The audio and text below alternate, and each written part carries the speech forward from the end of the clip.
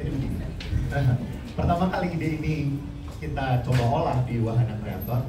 Yang pertama kali kita omongin itu bukan apa yang lucu, gitu ya, tapi apa nih yang bakalan kena. Nah, dari berdasarkan diskusi itu, kita mencoba mengarang sesuatu, gitu ya, mendevelop sesuatu, mengembangkan sesuatu soal gimana kalau ada agen rahasia yang harus nyaman jadi pegawai salon. Nah, itu yang kita coba olah, gitu ya, dengan berusaha untuk tetap bisa menawarkan sesuatu yang fresh dan fun, tapi juga berani. Mau bukti nyata Wahana Kreator bikin sesuatu yang ngajak ketawa tapi berani adalah mau bercanda kok ngajak Rika Diah Pitaloka. Si orang teman-teman pikirin aja gitu ya. Berarti artinya kami mau tetap ngajak penonton film Indonesia yang sekarang ini sedang sangat luar biasa sekali. Teman-teman pasti udah tahu faktanya. Belum tengah tahun udah 45 juta tiket. Ini kayaknya 80 juta rekor kemarin lewat. Ya kan? Amin.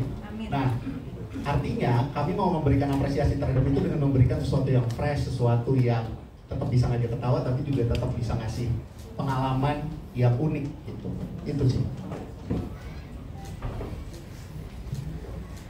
Saya pengen keburu nyatetnya nih Mas Aris. Daging banget nih kalau kata orang. Tapi intinya menarik banget Wahana Kreator berani untuk ambil ini ya. Dan pertanyaan berikutnya saya ingin bertanya kepada Mbak Orchida Ramadhani di sini. Hai, thank you teman-teman udah pada hadir. Lalu, saya pengen bertanya Mbak Cida, Wahana Kreator itu kan dikenal dengan karya-karya dramanya yang ikonik ya. Termasuk kita tahu semuanya ada Universe 2 Garis Biru dan 2 Hati Biru. Nah kali ini Wahana Kreator menghadirkan film komedi aksi dengan judul Agen Plus N2 dengan latar belakang fenomena yang tentunya meresahkan banget untuk masyarakat Indonesia dan juga isunya sangat dekat. Kira-kira Mbak Cida boleh diceritakan nggak bagaimana awalnya ide ini bisa muncul nih di kalangan produser sehingga akhirnya menggarap judul ini gitu? Oke, kalau judul sih kita kerjakan bersama gitu ya. Apa yang awalnya tuh kita terpikir Intel Melayu, tapi ternyata Intel Melayu itu ketika di-recall ke anak-anak Gen Z itu mereka nggak punya kenangan apapun. Mungkin untuk generasi saya masih kita kenal gitu ya Intel Melayu, cuma anak-anak zaman sekarang ternyata apa nggak kenal, ngobrol sama Keno Intel Melayu apa sih gitu, dia nggak nganggap itu sesuatu yang lucu. Jadi kita akhirnya come up dengan Agen 62 ini. Cuman kenapa kita pilih komedi, karena memang melihat seperti yang tadi Aris sudah sampaikan, kita ngerasa kemampuan survival masyarakat Indonesia itu banyak dikuatkan oleh cara kita menertawakan diri sendiri gitu ya. Kita bisa sampai kepada komedi yang menyatukan kita semua karena kita punya suffering yang sama, latar belakang yang sama. Akhirnya kita yaudah deh, untuk survive kita butuh ketawa-ketawa. Jadi itu yang pengen kita sampaikan di masa-masa ini. Kayaknya kita butuh lagi untuk ketawa bersama. Semoga bisa deliver ke semua audiens kita nanti. Amin. Terima kasih Mbak Cida. Pertanyaan berikutnya sudah pasti ke penulis skenario, karena kita penasaran dong kok filmnya bisa begini sih. Akan ada Diva Apresia dan Chandra Aditya akan menjawab, mungkin mikrofonnya bisa disediakan. Pertanyaannya nih untuk Chandra dan juga Diva, kira-kira bisa dijelaskan nggak bagaimana kolaborasi kalian berdua dalam membentuk karakter-karakter yang ada di film-film ini, dan juga gimana cara eksplornya isu-isu, kasus yang akhirnya dihandle nih sama Agen Dito dan Agen Marta. Oke, jadi halo teman-teman, aku Diva dan Chandra, penulis skenario. Jadi asal-muasalnya tuh kolaborasi ini bersumber dari sama-sama resah ya Chan. Ngeliat berita, nggak ada yang menyegarkan, semuanya bikin stres gitu. Terus habis itu kita ngobrol, kayaknya tinggal di sini tuh rasanya berat juga ya. Apa sih yang bisa kita lakukan? Kayaknya nggak bisa deh gitu. Terus alhamdulillah support system di Wahana Kreator tuh luar biasa sekali. Mereka tuh selalu berani men-challenge pemikiran-pemikiran kita gitu, yang mengatakan bahwa kata siapa nggak ada yang bisa dilakukan. Jangan-jangan ini adalah saatnya kita jadi agen perubahan gitu.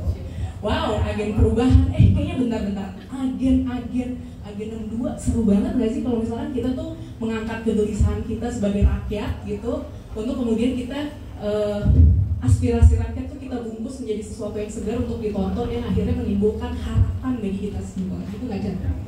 Betul.